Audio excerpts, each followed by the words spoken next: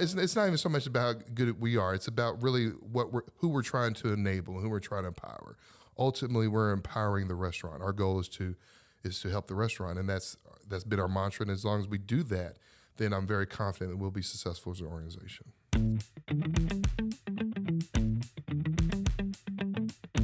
Awesome Inc. presents the Kentucky Entrepreneur Hall of Fame, a show that highlights how people throughout the Commonwealth of Kentucky pursue their definition of awesome through entrepreneurship, technology, and innovation.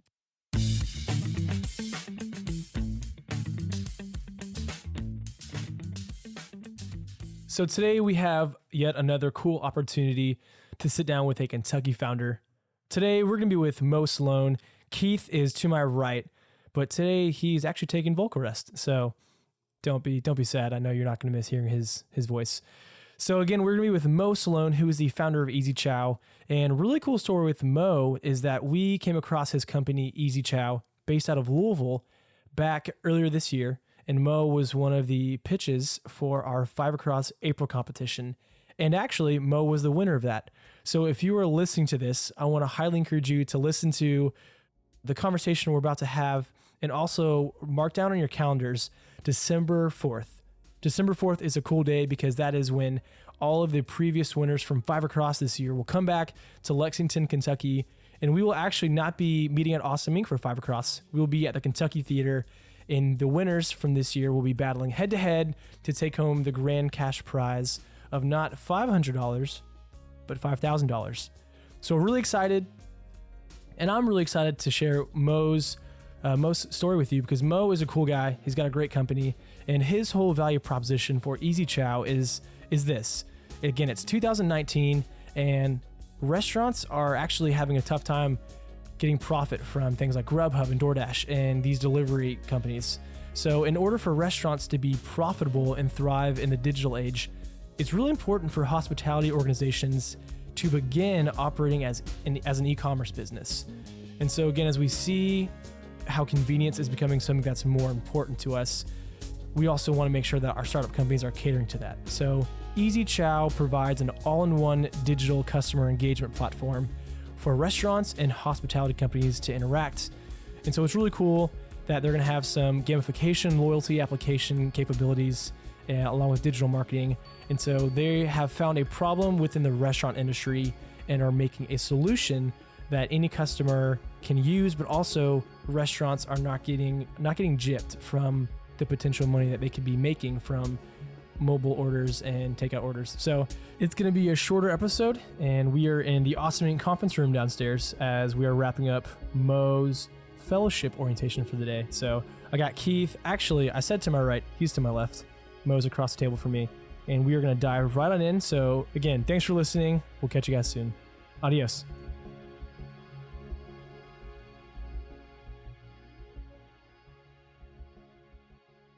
You feeling good? Yes, okay, sir. Sweet, yes, sir. Sweet. Well, hey, today is a great episode because we are sitting down with Mo Sloan, who is the founder of Easy Chow and our newest fellowship inductee. So Mo, thanks for coming to the space. We're glad to have you. It's been cool to see your journey from 5 Across back earlier in 2019 to Q4, and you're just inducted in the program. So congratulations. Thank you. I'm excited to be here. I can tell, man. You're all smiles. I love it. Well, hey, real quick, tell me a little bit of your story. How did you end up in Kentucky, and how did you get started with your, entrepreneurial dream? What was your background there? Sure. Well, I was born and raised in Louisville, Kentucky, and I didn't want to become an entrepreneur. It was never something I thought about doing. I was working for Humana at the time, didn't really like my position, didn't like the culture, and reached out to a local pizzeria, was asking about online ordering. They had great pizza. I liked their product, but they didn't have a way to order online. So I reached out to them, and they told me they were looking for a solution, but they had some technical requirements.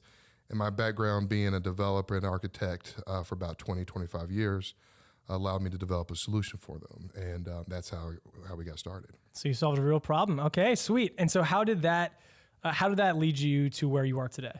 Sure. So it's been a maturation process. It's just been a process of constant evolving and evaluating feedback and realizing, hey, we do this well, we don't do this well, let's fix that. So it's just constant feedback loop. One of the things is because I had the developer mindset. I didn't always think like a CEO. So this forced me to think of things not just from a developer concern, but from a higher level business concern. So it's been a great experience for me, both personally and professionally. I love it. Yeah, you're well spoken. Just so Oh, you know, thank it's good. Thank you. So again, hey, we're gonna sit down. I want to hear the story about Easy Chow. Again, earlier we talked about how you started this in January of 2015. So can you tell us what Easy Chow is, what problem you're solving, how it came about, and then we'll go from there? Sure. So the initial problem we were solving was we wanted to help restaurants have a way to take orders through their own branded online ordering channel that integrated directly with their point of sale. The reason the integration with the point of sale was important was because that's where anyone that's worked in a restaurant understands that that point of sale is the heartbeat, the brains of the operation. So we wanted to be as least intrusive as possible to the operations from an ordering perspective. Our value proposition was that, hey, we will help you get online orders, and you won't have to change anything from a kitchen operations, from a management operations perspective. That was what we first started off as. And then once we released our solution and started working with additional restaurants, we saw an opportunity to help from a delivery standpoint. So now, in 2019, delivery has become an albatross around people's necks in the restaurant business. So what we've done is help restaurants get digital orders through their point of sale, but also still get delivery orders through their own channel, so that they don't lose in the direct engagement with their customer. So it's been a real good partnership for restaurants, a good partnership for delivery companies because they're still able to deliver the product, as well as customers, because now customers are able to engage directly with the brand. If there's a problem, they can communicate with the restaurant. They can call the restaurant. The restaurant gets their data, so they can market to the customer. It's just a win-win-win for everyone involved, and usually you don't see a lot of those solutions. Sometimes you see disruptive solutions eliminate a person. We're not really doing that. We're making it more equitable across the board. I love that. So I know from a few prior conversations that we've had and that we've had with some of the Awesome Inc. team, your goal is to help give money back into the restaurants. So you talked about your restaurant background a little bit earlier. What's the motive for wanting to do that? Sure. So personally, I've always tried to do unto others as I would have them do unto myself, right? So our business model is set up to help the restaurant grow and be successful. When I was at Papa John's, the IT department, the software development team, developed solutions that helped Papa John's grow from a restaurant that was in the closet to the second largest pizza chain behind Pizza Hut and Yum Brands. We wanted to do the same thing here. Our goal is to help restaurants compete in this new digital technical age, and we can make money and generate revenue and monetize all that. But ultimately, if our restaurant partner is successful, then we will be successful as an organization. And so that's kind of our mantra. So again, with where we are today in 2019, where do companies like Uber and Grubhub with their delivery models, how does that affect the way your company's running? Yeah, so we've encountered basically there's two types of delivery systems out there, right? There's the DoorDash and Postmates who are very open to partnering with companies such as us. And then there's the others who aren't open to that, right? So one of the analogies I give when I'm speaking to a restaurant or speaking to someone who may be asking, what do we do, is if you wanted a computer, you wouldn't go to ups.com to buy a computer. You wouldn't go to fedex.com to get a computer. You would go to Best Buy, Amazon, et cetera. Same thing with for our restaurant partners. If I want to order directly from a restaurant, why do I have to go to a delivery service to do that?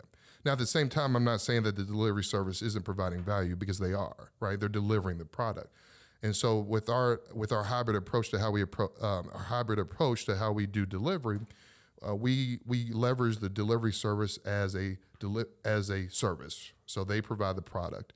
The restaurant still controls the channel and ordering channel, and they're still the ones providing that the food to the customer. Ultimately, the customer is happy because they get exactly what they want. They get their food. They either can go pick it up or they get it delivered. The restaurant's happy because they're able to get that incremental increase in revenue, as well as they're able to manage the customer relationship, as well as they don't have to pay a hefty commission.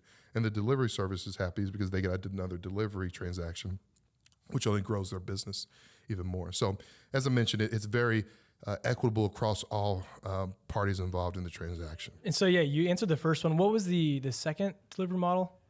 You said the first one was Postmates and DoorDash? Postmates and DoorDash are partners right now. Okay, sweet. Yeah. That's great for you guys. Yeah, thank you. And was the second one like Uber Eats and Grubhub? Well, Uber Eats and Grubhub, they're not really open to that yet. Okay. From our communication, and that's fine. That's that's their business choice and everything. Yeah. So they just don't know how good you guys are. So one day, yeah, they'll catch on. I love that. It's not even so much about how good we are. It's about really who we're trying to enable and who we're trying to empower.